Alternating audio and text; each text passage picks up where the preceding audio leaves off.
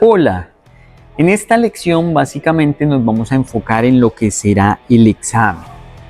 Vamos a mirar algunas generalidades que fueron presentados en la primera lección de este curso, pero que merecen ser recordadas.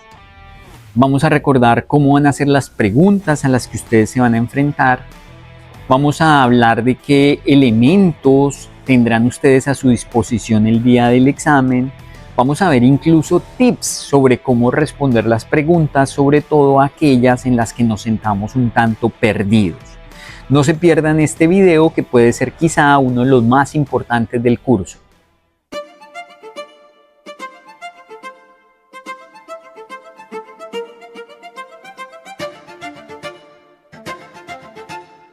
Hemos llegado a la parte del examen. Entonces quiero recordar algunas cosas que ya dije en el primer capítulo muy rápidamente y otras que no he dicho ya para el momento del examen. Y como ustedes van a presentar el examen en un par de meses, probablemente en noviembre o en otros meses, pues que vuelvan a ver este video para ese entonces, para cuando esté cerca el tiempo de presentar. Se van a enfrentar a un examen que lo primero que quiero señalar, muchachas, es que lo pueden presentar, hoy por hoy se puede presentar remoto o se puede presentar allá en Pearson View, creo que es el nombre de la empresa que administra hoy los exámenes, Pearson View. ¿M? Digo creo porque puede cambiar de país a país, aunque creo que ellos son los que administran la gran mayoría de países, Pearson View. Si lo presentan remoto, hay que asegurarse de que cumplan una serie de que tengan una serie de condiciones, que el internet sea bueno, hay que unos días antes instalar un software, ¿sí? Entonces hay que llamarlos a ellos, conectarse con ellos, a ellos le envían a uno un número y ahí entonces uno instala el software. Es importante que eso se haga un par de días antes porque yo hace poco, por ejemplo, presenté el examen de Green Associate, ¿sí? Para obtener o sea, estoy pensando en obtener la certificación como Lead AP, o sea, como profesional en sostenibilidad. Y presentando ese examen, entonces tuve que instalar el software. Y el día que lo instalé tuve problemas, no me corría porque mi computador tenía una configuración interna y siempre duré como 2 horas resolviendo el problema. Entonces, importante que eso no se haga el día del examen, sino días antes que ustedes ya tengan el software instalado. Si una vez tengan el software instalado, ellos les dan a ustedes una cita, ¿sí? Y tienen que conectarse media hora antes. Y además de tener buena conexión a internet, deben tener su escritorio totalmente despejado, no pueden tener cerca tableros ni nada, ni sitios donde se pueda escribir, ¿sí? Y ellos van a estar en línea con ustedes y les van a pedir que con su computador o con su cámara graben en todo lado, por debajo del escritorio, por debajo de la silla, en todo lado. ¿Sí? Y van a tener que dejar la cámara abierta y el micrófono abierto. No pueden hacer movimientos. Bueno, ahí les van a dar como un tutorial de qué tipo de movimientos no pueden hacer. Bueno, mm, controladito el examen como debe ser, ¿sí? Algo importante es que en ninguno de los dos exámenes, ni presencial ni remoto, van a tener calculadora, o sea, no van a poder llevar calculadora, no van a poder llevar nada, sino que los elementos, en el caso del examen remoto, la calculadora la van a tener digital, o sea, va a ser una calculadora ahí que pueden abrir una ventana y hacen operaciones, porque aquí no necesitan tanta operación. ¿Listo? Y si quieren escribir, no van a poder tener nada para escribir, sino que todo van a tener una pizarra digital ahí también. ¿Sí? Entonces no es muy fácil escribir en esa modalidad de examen. Si lo presentan, si van a Pearson View y demás, Allá de pronto en lo que cambia un poco es que allá sí les dan una pizarra plástica con unos marcadores, ¿sí? En los que van a poder escribir. Y entonces en ese caso, mi recomendación siempre es que cuando lleguen al principio escriban las ecuaciones, ¿sí? Las ecuaciones más importantes, por ejemplo, las ecuaciones de valor ganado, las ecuaciones del número de canales de comunicación y bueno, cualquier otra ecuación, ¿sí? Porque de pronto después del estrés, de que ya hayan pasado muchas preguntas y llegan a una pregunta de valor ganado, ya se empiezan a confundir, entonces escriban ahí. Incluso si necesitan alguna otra cosa que pronto digan se les olvida, escríbenla tan pronto llegan. ¿Listo? Dije eso un poco desordenando la agenda que tengo acá, pero es porque quería hacer la introducción a los dos diferentes tipos de examen, o sea, el tipo de examen remoto, el tipo de examen presencial. En cualquier caso, lean las instrucciones que les van a llegar cuando programen el examen. Ahí va a decir todo, ¿sí? No se confíen de mí porque si algo cambia no quiero que entonces se lleven una sorpresa. Lean las instrucciones que ahí dice todo, ahí les va a decir toda la dinámica. Bueno, entonces ya respecto a las características del examen, van a tener un examen de 180 preguntas. 5 preguntas son modo test, uno no sabe cuáles son, ¿sí? 175 son puntuables. Eso, esto es digamos, un tema ahí medio complejo, porque usted puede que responda estas 5 bien y no le suman, ¿sí? Y en cambio las que falle estén dentro de estas 175 y eso, bueno, mal. El examen va a ser de 230 minutos con dos breaks de 10 minutos. El primero después de la pregunta 60, el segundo después de la pregunta 120. 10 minutos, ¿sí? 10 minutos en los que es solo ahí como para que descansen un momentico, reflejen o relajen su mente, cierren los ojos y demás, ¿sí? Para tratar de como de resetearse un poco, ¿no? Esto es la distribución de preguntas, es una distribución de preguntas un poco expresada un poco de una manera un poco difícil, pero lo que quiero señalar es que 50% hace referencia a procesos, que cuando uno habla de procesos está hablando también de dominios de desempeño, no olviden eso. Sí, dominios de desempeño, con todo lo que implican los dominios de desempeño, que son modelos, métodos y artefactos, ¿sí? Bueno, sobre todo, yo diría que sobre todo artefactos, pero pues todos modelos, métodos y artefactos están de alguna manera ligados. Gente, entonces, está muy asociada a principios de la dirección de proyecto, al liderazgo servicial, ¿sí? A modelos y métodos también, ¿sí? Porque los modelos y los métodos em, bueno, sobre todo los modelos muchas veces reflejan, representan, ¿cierto? Situaciones de la vida real, entonces ese es 42% y 8% en entorno de los negocios que ustedes se lo pueden imaginar como esos capítulos introductorios del PMBOK, séptima edición, pero sí, del PMBOK séptima edición y de la guía de procesos. Y entonces hablo, por ejemplo, de los sistemas de gobernanza, ¿cierto? Y hablo de lo relacionado con el rol del director del proyecto, el círculo de influencia, las PMO, ese tipo de cosas, ¿no? Entonces, así están distribuidas las preguntas. Algunas recomendaciones antes, durante y después del examen. Antes estudien y sobre todo, más que estudiar, tomen muchos simuladores porque los simuladores tienen la ventaja de que hacen preguntas a veces tan particulares que eso se le queda a uno en la mente, ¿sí? Al ser tan particulares. Yo sugiero que la noche anterior no estudien, dejen un día donde ya lo que fue, ¿sí? Para que reposen un poco y no se les vaya a mezclar todo ese conocimiento allá y lleguen de pronto a presentar el examen y todo, ya no les cruce nada con nada. Lleven, por favor, bueno, lleguen con la debida antelación o conéctense con la debida antelación.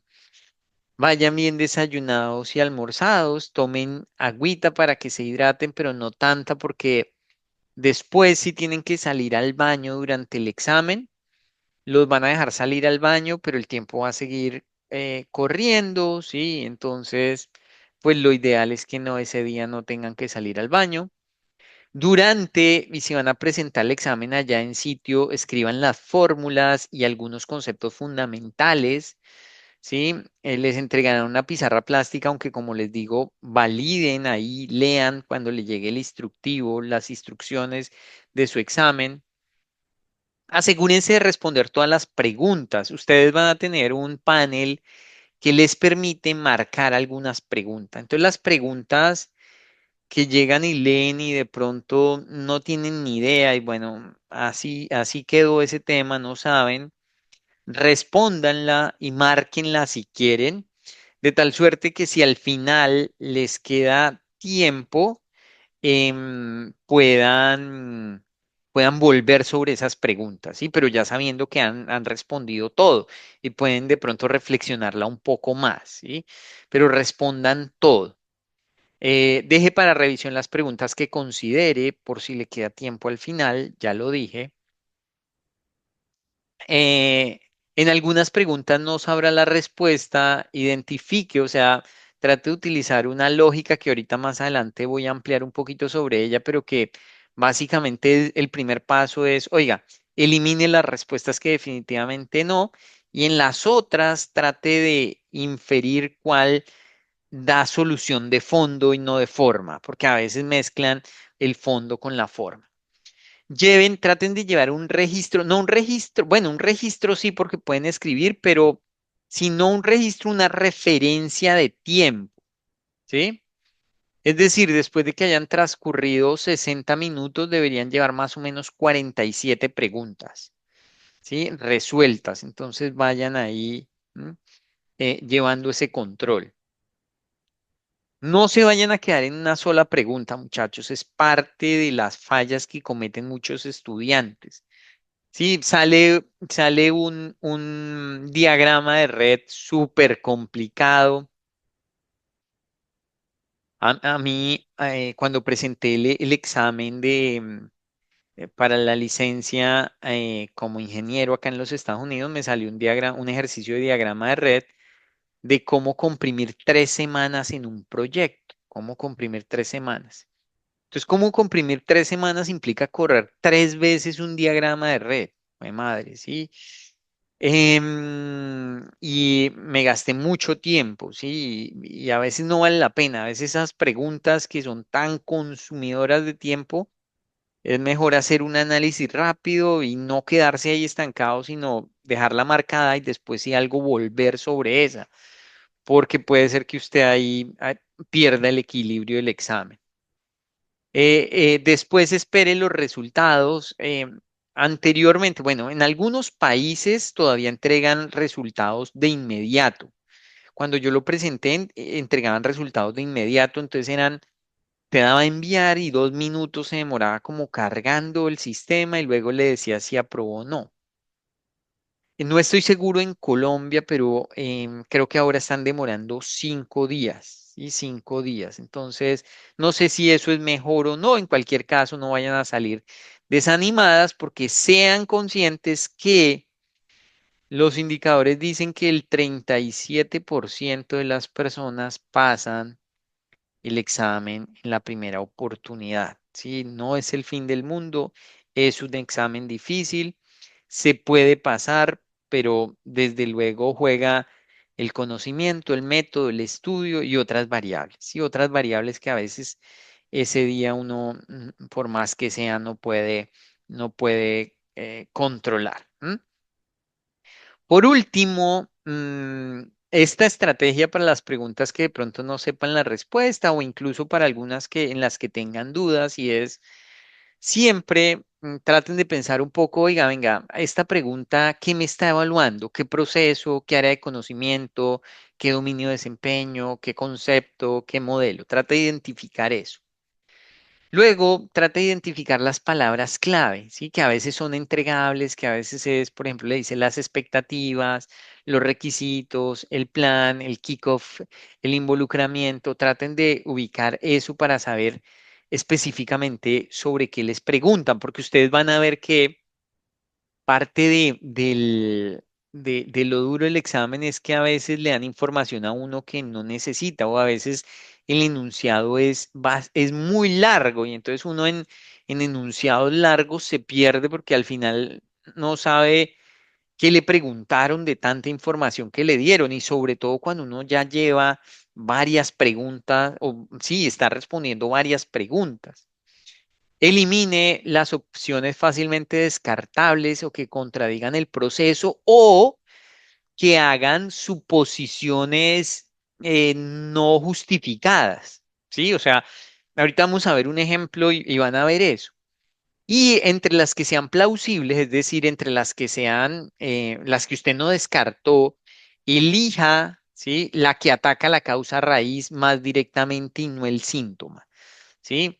Porque a veces le ponen a uno dos preguntas, una que es, perdón, dos opciones, una que es engañosa, pero que no ataca la causa raíz, no resuelve el problema, ¿sí? Entonces, oiga, se presentó un problema entre los involucrados. Esta pregunta hace poco salió en un examen y es que estaban desarrollando un proyecto y que entonces unos involucrados salieron a protestar y demás, ¿sí? Y entonces que qué se debería hacer. Y una de las respuestas era desarrollar un plan de gestión de los involucrados.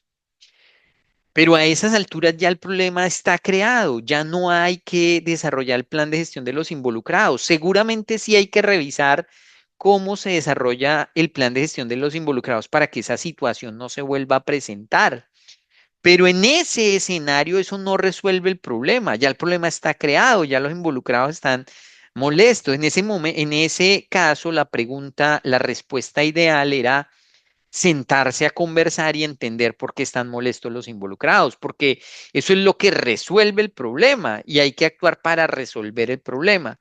Ya después, seguramente hay que mirar si se ajusta al plan de gestión de los involucrados o hay que mirar qué está mal con el plan de gestión de los involucrados, pero las dos engañosamente parecen respuestas y la gente a veces dice, no, claro, hay que ajustar el plan para la gestión de los involucrados, pero como les digo, ese es un tema que sí debería ser, pero de pronto no en ese momento, ¿sí? O de pronto no atiende el problema de fondo que hay. Entonces sean conscientes de eso.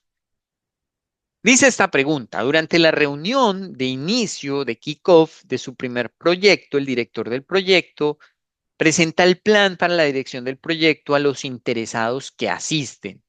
Al revisar los detalles, el director del proyecto nota que la mayoría de los interesados no parecen estar satisfechos con el plan.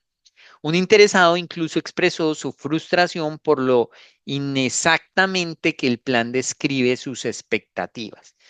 La pregunta es, ¿cuál es la razón más probable detrás de la descripción inexacta de los requisitos de los interesados por parte del director del proyecto? Y estas son las cuatro opciones. El director del proyecto no utilizó el alcance del proyecto como guía al crear el plan para la dirección del proyecto. El director del proyecto solo presentó el primer borrador del plan del proyecto, por lo que siempre se puede mejorar. El director del proyecto no involucró lo suficiente a los interesados del proyecto como para poder capturar con precisión sus requisitos. Y cuarto, el director del proyecto no explicó bien el proyecto. Una mejor representación del plan habría evitado este malentendido. Entonces, si uno un poco sigue la dinámica de allá, hay que buscar las palabras clave. Entonces, lo primero es que él está presentando el plan para la dirección del proyecto. Esta es una palabra clave. ¿Sí? Entonces uno debería entender, bueno, ¿qué implica presentar el plan para la dirección del proyecto? Pues presentar los planes de gestión subsidiarios y las líneas base, ¿cierto? Básicamente. ¿M? Lo otro es que nos está diciendo que hay un problema con los requisitos, ¿cierto?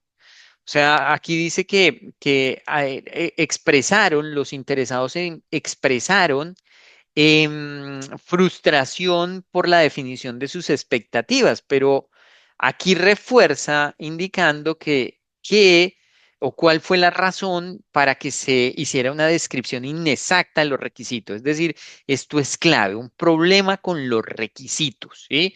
En el marco de un plan para la dirección del proyecto. Entonces uno empieza a utilizar la técnica y lo primero sería descartar las dos opciones que de pronto van en contravía del enunciado, que de pronto asumen cosas que no se indican y que por tanto no hay razón para asumirlas. Y si ustedes miran, em, esta, por ejemplo, ¿sí? O sea, uno no tendría elementos de juicio para decir que solo se presentó el primer borrador del plan del proyecto. Sí, esa no hay elementos de juicio para uno suponer eso, porque aquí no lo dice. Aquí no dice en ningún momento que fue la primera versión, ¿cierto? Dice que presentó el plan para la dirección del proyecto. Entonces, esta yo creo que carece un poco de sustento. En la otra es esta, ¿sí? Que también le pasa un poco lo mismo, es decir, no hay ningún elemento de juicio para pensar que fue un problema de explicación, ¿sí? O que o hay un tema de comunicaciones que lo hicieron fallar. Entonces estas dos como que un poco se caen por eso, porque asumen cosas que difícilmente uno podría analizar con el enunciado del proyecto. Queda la uno y queda la 3, ¿sí? Aquí, entonces, nos habla de que el director del proyecto no utilizó el alcance del proyecto como guía al crear el plan del proyecto. Y si uno entiende lo que es un plan para la gestión del proyecto, que a veces lo llaman plan del proyecto, ¿sí? Entiende que el alcance del proyecto hace parte del plan para la dirección del proyecto. Es decir, que típicamente no es que se desarrolle el alcance y uno diga a partir del alcance voy a desarrollar el plan para la dirección, sino más bien que el alcance entra a ser parte del plan para la dirección del proyecto. Entonces esta pareciese no ser, pero en el examen del PMI a veces no es cuál es la respuesta, sino cuál es la mejor respuesta. Entonces hay que revisar la otra. El director del proyecto no involucró lo suficiente a los interesados del proyecto como para poder capturar con precisión sus requisitos.